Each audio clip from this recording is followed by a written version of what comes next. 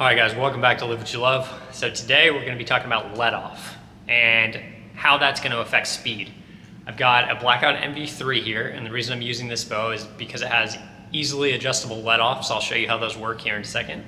But the let offs can be adjusted on this bow from 70% to 90%. We're gonna start out with it set at 90%. We're gonna take some shots through the chronograph. We're gonna get our readings. Then we're gonna switch it over. I'll show you how, just in case you have this bow and you wanna do it for yourself. We're gonna switch it down to 70% let off and then take some shots as well through the chronograph. Now the stats on this bow, my draw is 30.5. The arrow weight, I just weighed these because I did trim them down a little bit. I'm trying a shorter arrow, see how it does. These are 407 grains. My draw weight on this bow is 70 pounds.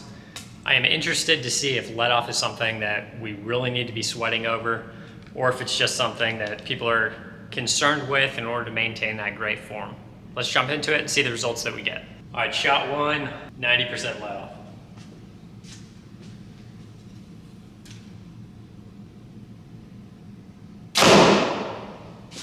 Look at launching. That one is 316. I'm just gonna get you a close up of that real quick, 316. All right, shot two.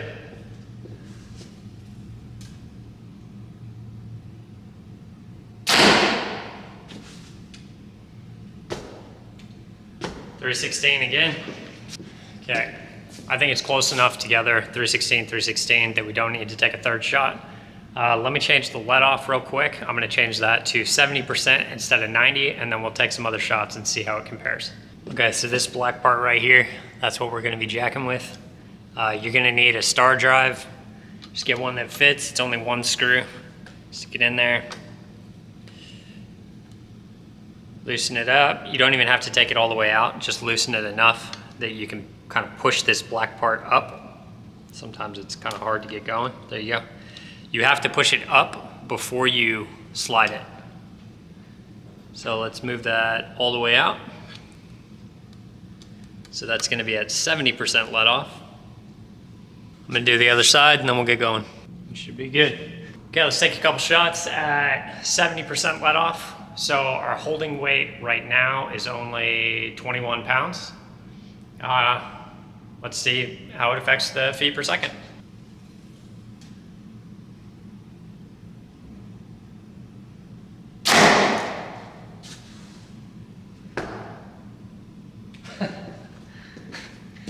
It's 315, so 1 foot per second. It's like identical. Definitely feel more holding weight at the back. I know a lot of guys like that because it keeps them from being lazy with their form.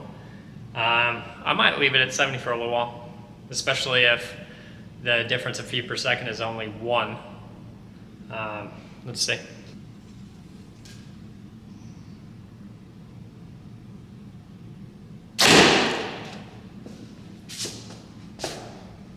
$315 again.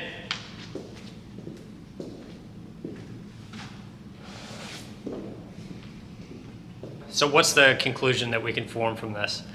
Let off doesn't really add or subtract too much from feet per second. It's almost identical. So shoot whatever's comfortable for you. If you like to shoot a lower let off so that you feel like your form has to be maintained a little bit more consistently and you can't get lazy like you can with 90%, I totally understand that. I get the reasoning for wanting to shoot lower let off. Like if you're contacting the string at all with your face, or if you have any kind of alterations in your form, it's gonna kind of show that more with a higher let off percentage. And if you're shooting with, say, 70%, that's really gonna make you kind of hold true, and it's gonna keep you honest. All in all though, if you're worried about speed, that's not really a factor when it comes to let off. So do what works for you, no matter what it is. Just whatever you shoot best with, whatever you're more consistent with, do that. That's all I got for you today. Always remember, live what you love.